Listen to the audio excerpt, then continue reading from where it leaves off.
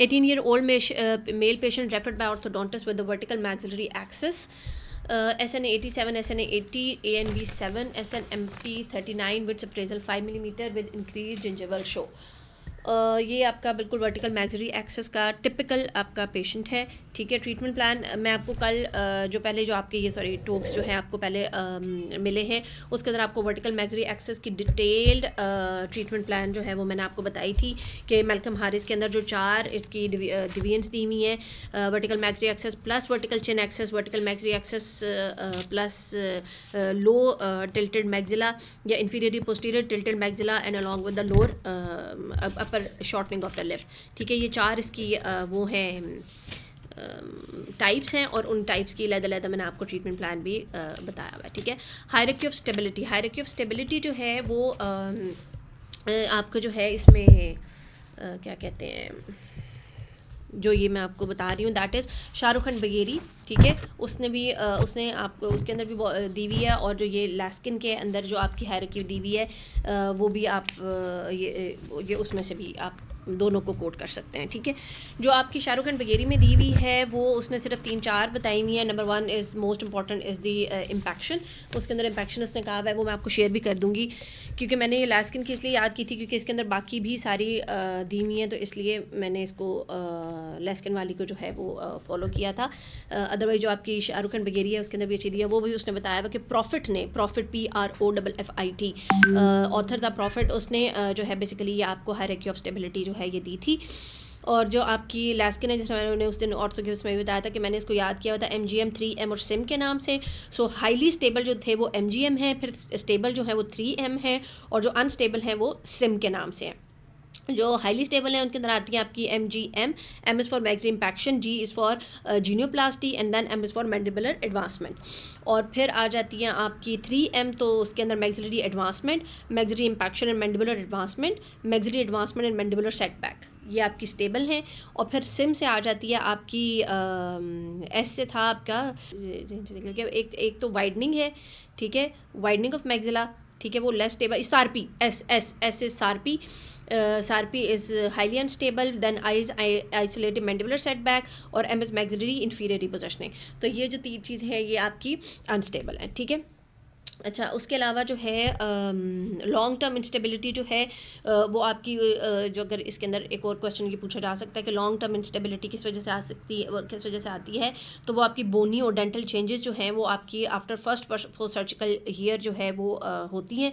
वो आपकी रीलैप्स होती है, अडेप्टिव डेंटल मूवमेंट्स होती हैं, कोई कंडालर रिजॉर्प्शन वगैरह है या कोई कंडालर हाइपरप्लेजिया, तो उसकी पैथोलॉजिकल उन कंडीशंस की वजह से होती है, तो वो जो है वो आपकी लॉन्ग टर्म इंस्टेबिलिटी कॉज करती है।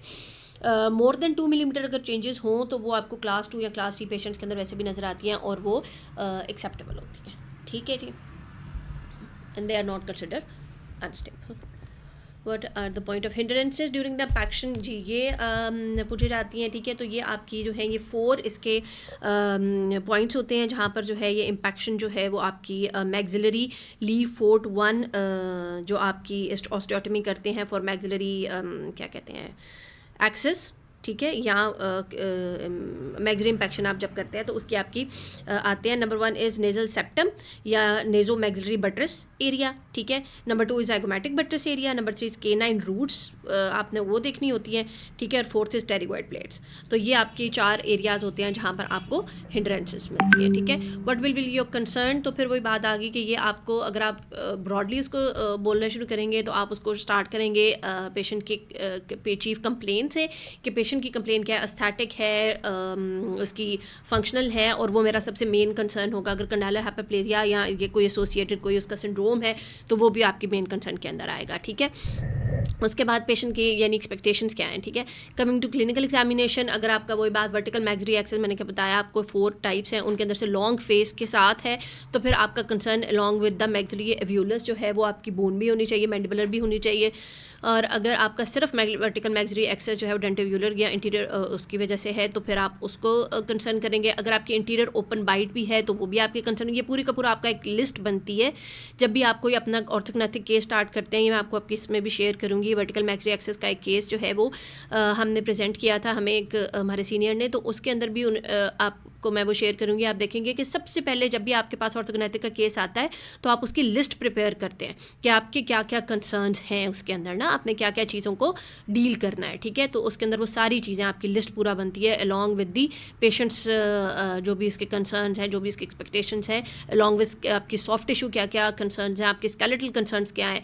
अच्छा, फिर अगर आप इसकी बात करें कि ये अगर वो उसकी कॉम्प्लिकेशंस की बात कर रहे हैं तो कॉम्प्लिकेशंस भी आपकी कंसर्न में आती है, वो pre operative, post operative, intra operative, आपकी ब्लीडिंग वगैरह जो भी है। या फिर अगर आप मेलिफोर्ट 1 ऑस्टियोटमी की बात करें तो उसके अंदर फिर ब्लीडिंग आ जाएगी, वेस्कुलर नेक्रोसिस आ जाएगा and blah blah blah so on. सो ये भी सारी आपकी कॉम्प्लिकेशन कंसर्न्स में आती हैं, ठीक है।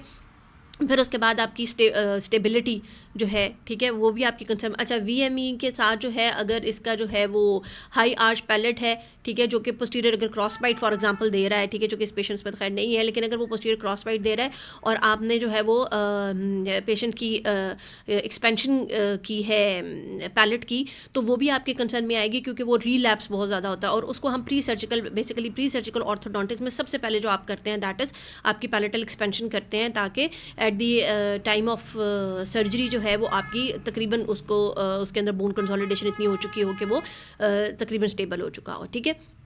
उसको वो भी आपका कंसर्न होता है, ठीक है। अच्छा, उसके बाद मैक्सिलरी इंसाइजर्स जो हैं उनकी इंट्रूजन जो है वो कहते हैं कि वो आप वो भी एक कहीं मैंने ये पढ़ा था कि उसकी भी इंट्रूजन जो है वो आपकी कंसर्न में होनी चाहिए। अगर आप वर्टिकल मैक्सिलरी एक्सेस की कम कर रहे हैं तो उसको इंटीरियर ओपन बाइट को ख़त्म करने के लिए विद EVME वो आप उसकी प्री सर्जिकल ऑर्थोडोंटिक्स कर रहे हैं तो वो भी आपको पता होना चाहिए कि आपने कितने उनको इंट्रूड करना है, क्योंकि जब आप उसको इंट्रूजन करेंगे तो उसके बाद उसकी लेवलिंग ओक्लूजल प्लेन के लिए जब आप ये कर रहे हैं तो वो आपकी अगर अनस्टेबल है मूवमेंट तो वो आपकी कॉज करेगी बाद में दोबारा से इंटीरियर ओपन बाइट, ठीक है। तो ये भी आपके कंसर्न में आता है। सो ये इट डिपेंड्स, आप इस तरह से सारी अपनी स्टार्टिंग फ्रॉम द वन उसकी पेशेंट की हिस्ट्री, उसकी एक्सपेक्टेड चीफ कंप्लेंट, उसकी हिस्ट्री, उसकी एक्सपेक्टेशंस, उसके सारी अफोर्डेबिलिटी, सब चीज़ें, देन आपके जो सॉफ्ट टिश्यू लिस्ट बनी है, आपके जो स्केलेटल लिस्ट बनी है, फिर आपके इंट्रा ऑपरेटिव कॉम्प्लिकेशंस, फिर आपकी post operative, pre operative, intra operative, post operative, आपके सारे कंसर्न जो है पेशेंट की कंप्लायंस वगैरह ब्ला ब्ला ब्ला, ये सारे आपके कंसर्न्स में आते हैं, ठीक है। Okay, then coming what will be the effects on the mandible, ये मैंने आपको कल सारा डिटेल में बता दिया था। आपका जो पहला है आप उसको सुन लो, उसके अंदर मैंने आपको बता दिया था कि जो है ऑटो रोटेशन होती है मैंडिबल की और प्रोग्नेथिक हो जाती है, और अगर प्रोग्नेथिक से वो STO पे आपको पता चलता है तो फिर आप उसको आइदर VCE जो है आपकी उसको आप जीनोप्लास्टी से करते हैं, अगर वो VCE अगर आपकी नहीं एड्रेस हो पाई auto rotation of the mandible और मैंडिबल प्रोग्नेथिक हो गई है तो फिर आप BSSO करते हैं along with the advance augmentation sliding genioplasty, ठीक है। Okay, so a 19-year-old male patient presented with facial asymmetry, chin deviation to the right side. What is the likely diagnosis?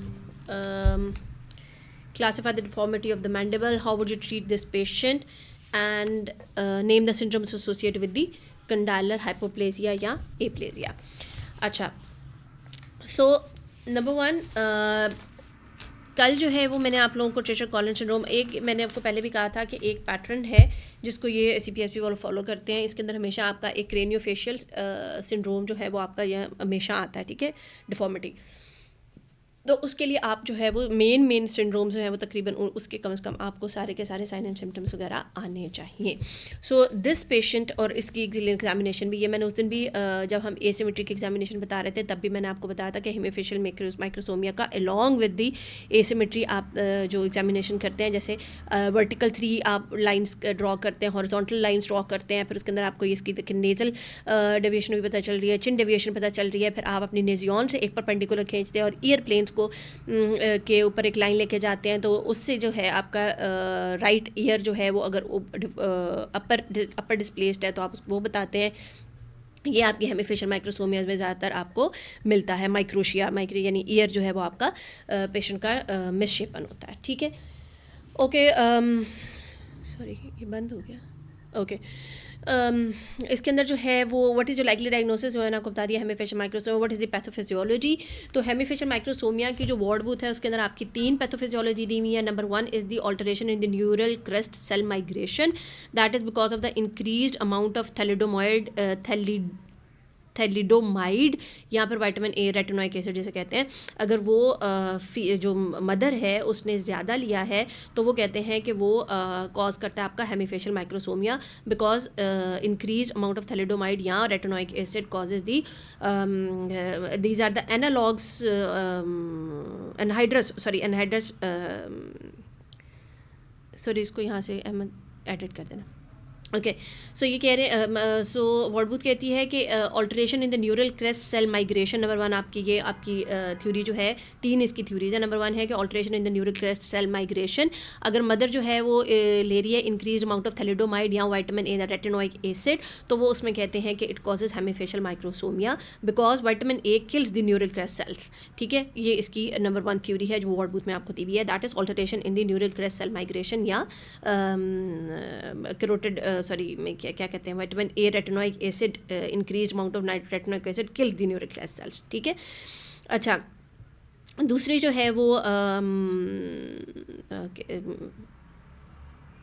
आपकी जो थ्योरी है, ठीक है, वो ये बात कहती है, दूसरी जो थ्योरी है दैट इज़ कि स्टेपीडियल आर्टरी हीमाटोमा की वजह से जो है ये हेमीफेशियल माइक्रोसोमिया हो जाता है। ठीक है, तो उसके अंदर कहते हैं कि स्टेपीडियल आर्टरी की हेमरेज होती है किसी भी वजह से, और उसकी वजह से ऑक्लूजन हो जाती है फर्स्ट एंड सेकंड आर्च की, ब्रेकियल आर्च की, जो कि रिजल्ट करती है इस डिफेक्ट के अंदर। ठीक है, और हीमाटोमा जो है वो कहते हैं कि हाइपोक्सिया की वजह से हो सकता है, हाइपरटेंशन मैटरनल हाइपरटेंशन की वजह से हो सकता है, या मैटरनल एंटीकोगुलेंट्स यूज़ किए हैं मदर ने तो उसकी वजह से भी हो सकता है। ठीक है, थर्ड जो थ्योरी है that is genetic alteration and duplication of OTX2 gene.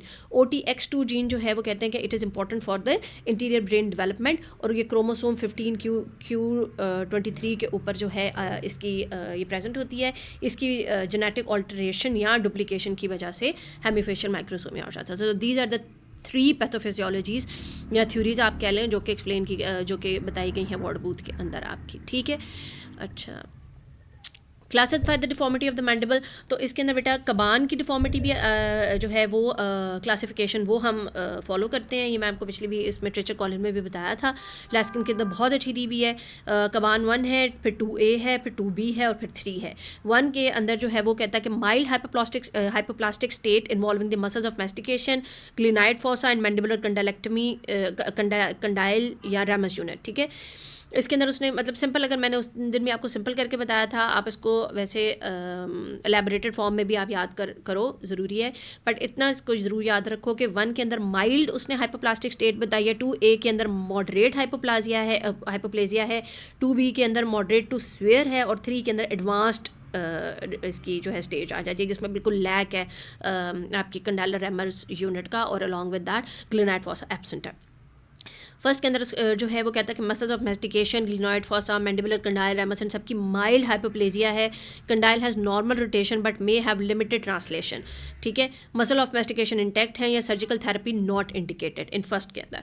ठीक है, 2A के अंदर moderate hypoplasia of condyle and glenoid fossa, मैंने आपको बताया जैसे medial and interior location of the condyle in relation to the fossa, temporomandibular joint functions well, 1 or more of the muscles of mastication are hypoplastic, surgical intervention usually not indicated। 2B के अंदर moderate to severe hypoplasia है, joint lax articulation but still has posterior stop, no centric relation present and limited range of motion, marked retrognathia and anterior open bite, may require reconstruction of condyle with bone graft or mandibular osteotomies to lengthen ramus along with the costochondral graft or distraction osteogenesis. And in the last Caban 3 stage, there is absence of condyle or ramus condylar unit with lacking joint posterior stop, requires reconstruction of mandibular condyle ramus unit along with the glenoid fossa with costochondral graft। ठीक है, सो ये इसकी classification है mandible की। ठीक है जी, अच्छा जी, how would you treat this patient, तो इसके अंदर अगेन आपकी जो है वॉर्डबूथ, उसके अंदर उसने पूरा एक वो दिया हुआ है क्या कहते हैं टेबल दिया हुआ है। ठीक है। उसके अंदर आपको सारे उन्होंने बताया। मैं आपको जो मैंने इसका सिर्फ सीक्वेंस याद किया था, बिकॉज अगेन आपका जो ये है ज़्यादातर ये लॉन्गेस्ट में नहीं आता, टोक्स में ही आता, तो आपको मोटा मोटा ही पता होना चाहिए। सो मैंने इसको सिर्फ वाइवा के लिए अपना जो है इसके सिर्फ मोटे मोटे पॉइंट्स 8 पॉइंट्स याद किए थे, जिनके अंदर number 1 is the skin tags, उसकी रिमूवल है। Number 2 functional appliance, giving the functional appliance. Number 3 is the early orthodontics और pre surgical orthodontics, then early BSSO or DO, then immediate post surgical appliances or dental appliances, then post surgical orthodontics, then end stage skeletal deformities addressed in non growing patients, and number 8 is the soft tissue augmentation. So ये 8 steps है और इसके अंदर फिर further आप इसको अपनी थोड़ा बहुत आप एक्सप्लेन कर सकते हैं। ठीक है, एक मैंने आपको कबान का बता दिया। दूसरी क्लासिफिकेशन जो है वो प्रेजेंट्स की क्लासिफिकेशन आपको वो भी आपकी वार्ड बूथ में दी हुई है मैंडिबल की। वो साइज़ और शेप के ऊपर डिपेंड करती है। उसने नंबर 1 के अंदर साइज़ है वो छोटा होता है, टाइप 1 के अंदर उसको कहते हैं मिनिएचर मैंडिबल है। टाइप 2 के अंदर उसने कहा कि शेप की भी ऑल्टरेशन आ जाती है along with the mandibular size छोटे होने के साथ। और टाइप 3 के अंदर जो है वो कंप्लीट जो है वो एब्सेंस हो जाती है इसकी आपकी रैमस कैनाला यूनिट की। ठीक है, सो ये प्रेजेंट्स की मैंडिबल की क्लासिफिकेशन भी है। अच्छा जी,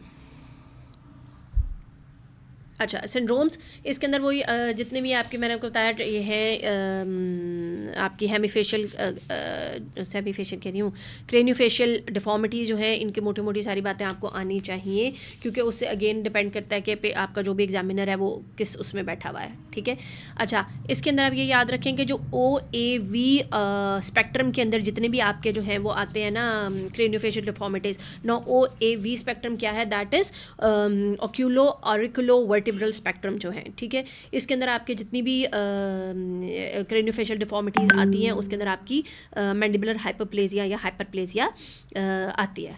ठीक है, सो उसके अंदर आपके आ जाता है हेमीफेशियल माइक्रोसोमिया आ जाता है, ट्रेचर कॉलन सिंड्रोम आ जाता है, फिर उसके अलावा आपका गोल्डनर सिंड्रोम है वो आ जाता है, फिर उसके अलावा आपका नेगर सिंड्रोम है वो आ जाता है। ठीक है, अच्छा फिर उसके अलावा आपका जो है वो पियर रॉबिन सिंड्रोम वो आ जाता है, मोबियस सिंड्रोम है वो आ जाता है। अच्छा और क्या था, और आपका आई गेस मुझे भी यही याद आ रहे हैं, ये है। ठीक है, ये आपके आ जाते हैं। ठीक है, अच्छा जी, और इनकी भी वही बात के मोटे मोटे फिर आपको क्लिनिकल फीचर्स पता होने चाहिए। और ये लैस्किन के अंदर से मैंने पढ़े थे, लैस्किन में ये अच्छे दिए मैं। अच्छा जी, coming to the 5th station, 19-year-old female patient with complaints come with the painless swelling and displacement of the teeth of her upper left lateral incisor and canine since 6 to 7 months.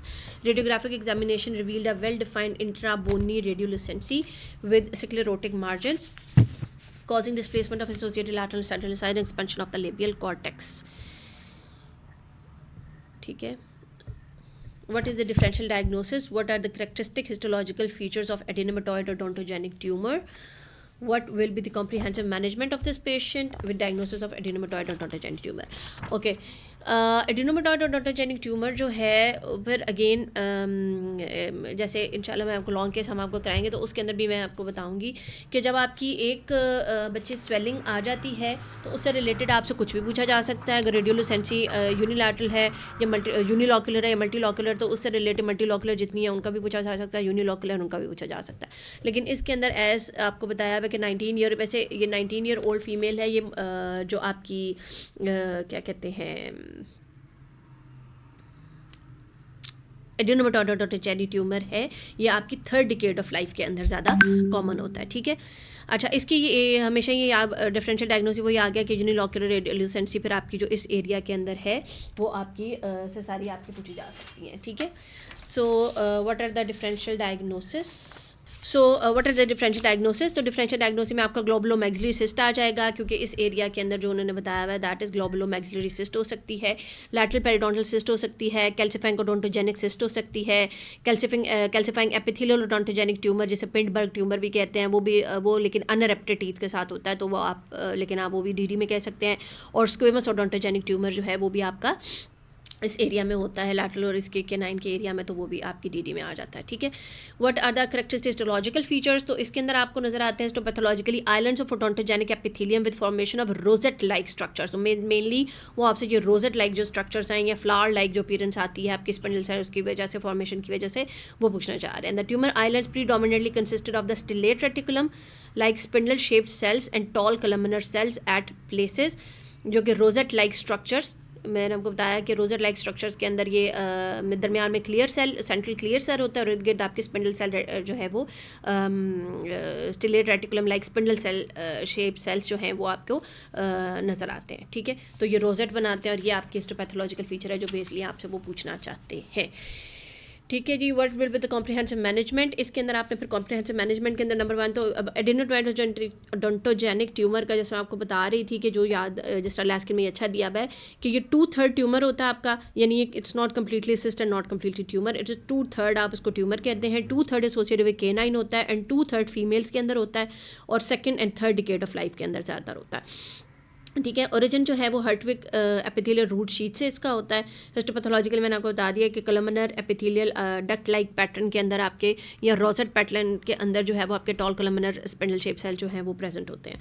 रेडियोग्राफिकली भी जो है वो आपको pear shaped रेडियोलुसेंसी नज़र आती है with speckled OPEC foci, जिसे ठीक है, जिससे स्नोफ्लेक अपीयरेंस जो है वो इसकी वजह से आती है, ठीक है।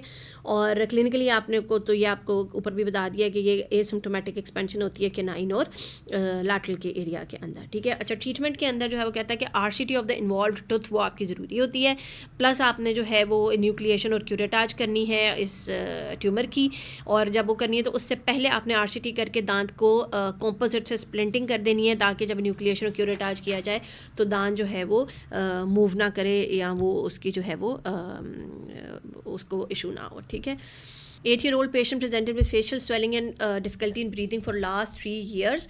See this picture below. What is your diagnosis based on the provided information? What further investigation would you advise to confirm the diagnosis? So as की picture आपकी जो है वो बता रही है, along with that आपने 8-year-old patient है, उसको facial swelling है, difficulty in breathing है, और अलॉन्ग विद ये आपको मल्टीलॉक्यूलर रेडियोलुसेंसी नज़र आ रही हैं अपर एंड लोअर जॉ के अंदर। So this is provisional diagnosis would be cherubism, ठीक है। चेरोबिज्म भी है और उसके साथ आपका जो बेजल नेवाई सिंड्रोम है वो भी ऐसा आता है, लेकिन अगर बेजल सेल नेवाई सिंड्रोम होगा तो उसके साथ अगेन आपको 2-3 और भी फीचर्स दिए गए होंगे।